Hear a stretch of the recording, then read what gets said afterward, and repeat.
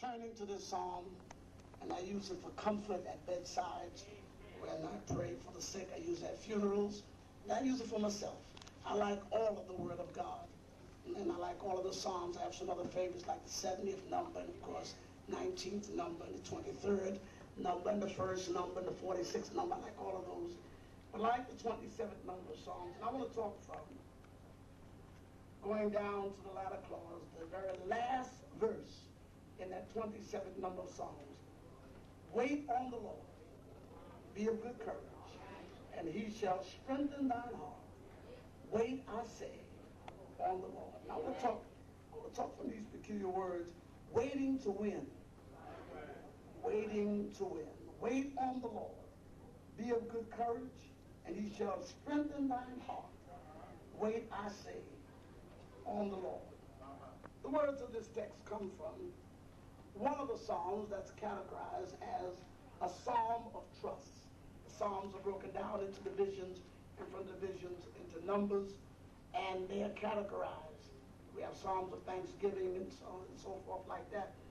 And this one is in the category of the Psalms of trust. These Psalms constitute a separate class from all of the others, because the emphasis in these Psalms are placed on trust. Trust even during severe or very bad conditions.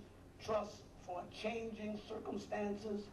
Trust when it seems difficult to trust. Just trust. And so they have a separate class. And Samuel Cherrian, who was my Old Testament instructor at Union Seminary, and certainly a scholar of the Old Testament, and he wrote a book on Psalms, and he's written books on here in Gerard von Rad about the most popular when it comes to Old Testament scholars. And what he says about this particular psalm is that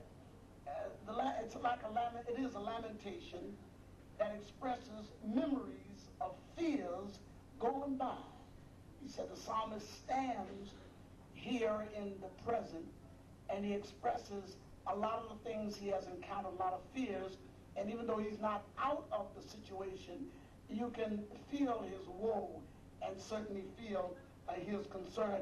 And yet, he says, he magnifies trusting in the Lord. And so, as I look at it, I see these Psalms in this category.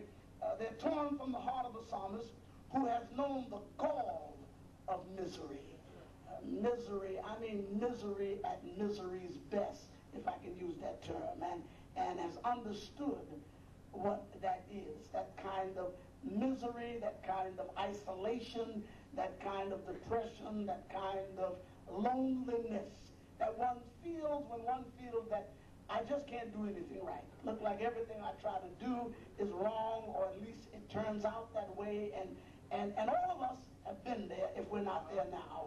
We've been at a place where no matter how sanctimonious or holy we are, that maybe we're just knocking our heads against the wall. Maybe we're not getting anywhere. Or you can see a frustrated mother or father in a precinct trying to raise a child and give this child, male or female, a son or daughter, everything they could, and yet they're constantly dragged into precincts and places like that, and they start wondering, what am I doing wrong?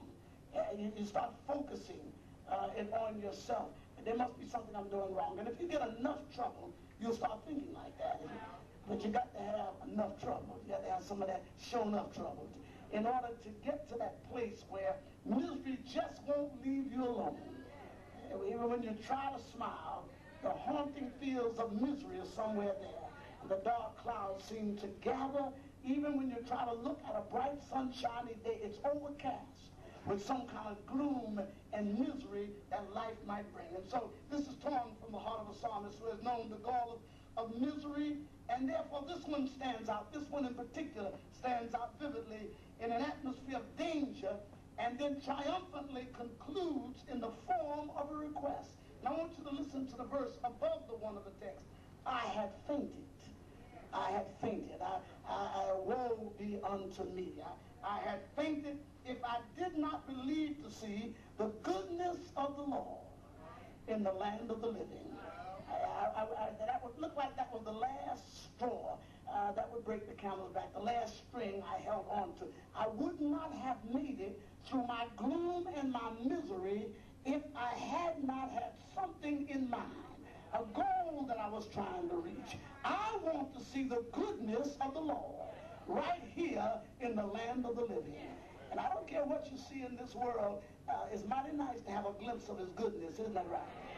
With all of the darkness, with all of the dreariness, with all that goes on in this world, Lord, let me see your goodness.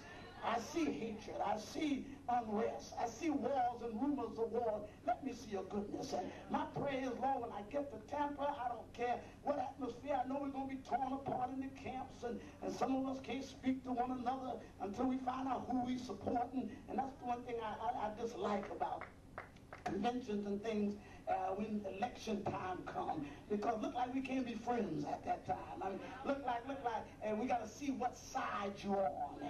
And aren't you tired of sides? Some folks try to get you in sides all the time. Be on my side.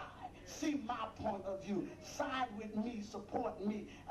One day, some of us will realize there's only one side, and that's God's side. That's all, just one.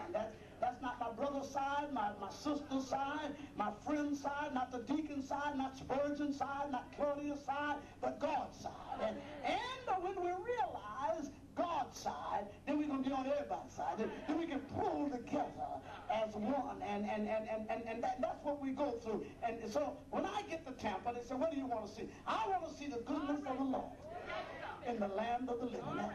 That's what when I come to church, that's what I want, the goodness of the Lord. When I wake up in the morning, and the older I get, the older I get, Deacon Watson, the more I want to see the goodness of the Lord. I don't want to see the bad side of folk. And I know all of us got a bad side. I don't care who we are, but Lord, let me see the goodness of the Lord in the land of the living. I have to preach a lot of funerals. I'm around funerals and bereaved families all the time, and that's gloomy enough, isn't it right? I have to be around to see tears, even though we know the battle is fought and the victory is won. We're having a celebration, but because we long and because we see the tears on the eyes. I was looking at these granddaughters as they went up to this casket there at the other day at Barrett's funeral home when Sister Julia West's cousin died, and I had to eulogize that cousin. And I saw these granddaughters weeping over that, trying to pull grandma back and bring her back again. And I said to myself, this is gloom and despair. And those of us who are still alive and have our grandparents and have our friends and have our mother and father, we ought to consider ourselves blessed. We ought not be walking around with frowns on our faces and trying to get back at one another. Lord, let me see the goodness of the Lord right here in the land of the living. And when you get to that point, it's not just a silly, optimistic view. It's a view that God is on the throne and all is well with the world. But I'm glad I got the blood running wild. I think I said that to my daughter in the car yesterday. I said to her, when I think about so many things, I said, that's the reason why I can't get so upset and down about things, because God's been too good to me. He's been too good to me. When I think about my friends, and we were at a reunion there, a family thing on the side of my wife's family yesterday, and I saw people coming in much younger than I am, leaning on canes and crutches and whatnot like that. Well, you know what I did to them? And I got back in that car and I said, Lord, I thank you. Because it'll just be a few more days. And all of us, I don't believe, I know my health can't hold up, but I thank God, because it'll be a few more days and we'll all be leaning on canes and trying to squint out of glasses and trying to make it by ourselves. So if you can get up in the morning and wave your hand, you ought to say, Lord, I thank you that I can see the goodness of the Lord in the land of the living. And that little petty thing you're about to do, forget about it. And that little jealousy that you got for somebody, forget about it. And that person you don't want to talk to, forget about it.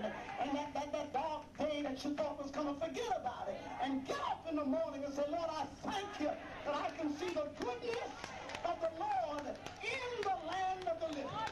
That's the request. That's what he said. I would have fainted. I had fainted if I couldn't see this. And then the request comes out. He says, wait on the Lord. What a simple conclusion to this whole psalm. Lord is my light and my salvation. Whom shall I fear? The Lord is the strength of my life. Whom shall I be afraid when the wicked eat my enemies my foes came upon me. To eat up my flesh, they stumbled and fell. Lord, host and encamp against me. In this will I be confident. One thing have I desired of, and that will I seek after. After all of that, what is the conclusion, Brother David? Wait. Wait on the Lord. Here is a soul that has been tested. Here is a soul that's been tried. Here's a soul that's been tested and tried by sudden and sustained fears. Sudden fears. You know what that is? They had a motion picture out here called Sudden Fear. A long time ago, Joan Crawford played. Now, I know my motion pictures, especially in the past. I don't know these stars nowadays. They all look alike nowadays. But the Joan Crawfords and Betty Davises and Humphrey Bogarts and them, I know them. And sudden fear. Sudden fear is when all of a sudden when you're feeling happy and all of a sudden you're afraid. And you don't know why you're shaking and you're trembling. Or and that one, she overheard something that brought sudden fear. She thought her world was all right. And then they left on, they used to call it the dictaphone, and they left it on, and she overheard something that betrayed her. And she was struck with sudden fear. And some of us are like that. We get up in the morning, shave ourselves or wash ourselves or make up our face, whatever we do, and step out in the daylight, and we think everything is all right, and something happens that will bring sudden fear. Sometime on our job, sudden fear. Sometime in our home, sudden fear. And so this soul, here is a soul that has been tested by sudden and sustained fear. He knows wherever he speaks when he describes God as his light and his salvation. He knows what he's talking about. God is my light. The Lord is my light and my salvation. And notice he puts them in that order, preachers. Have you ever noticed that? Not my salvation and my light. He's my light and my salvation, because you can't have salvation until you see the light. That's why Paul, when he was knocked down on Damascus Road, he said, before I heard a voice, I saw the light. You got to see the light first. And some of us can't ever gain in God because we don't see the light. See, you got to see the light first. The Lord is my light and my salvation. Then he can say, whom shall I fear? Lord is the Lord is Lord. And then we get down to what the text is all about here in waiting, the strength of my life. Because he knows new struggles at hand. He knows that anything can still happen. He does not feel that because God is his light and salvation, that he'll never have any more trouble. He knows that trouble is coming up the driveway. He knows that trouble is on its way down the road.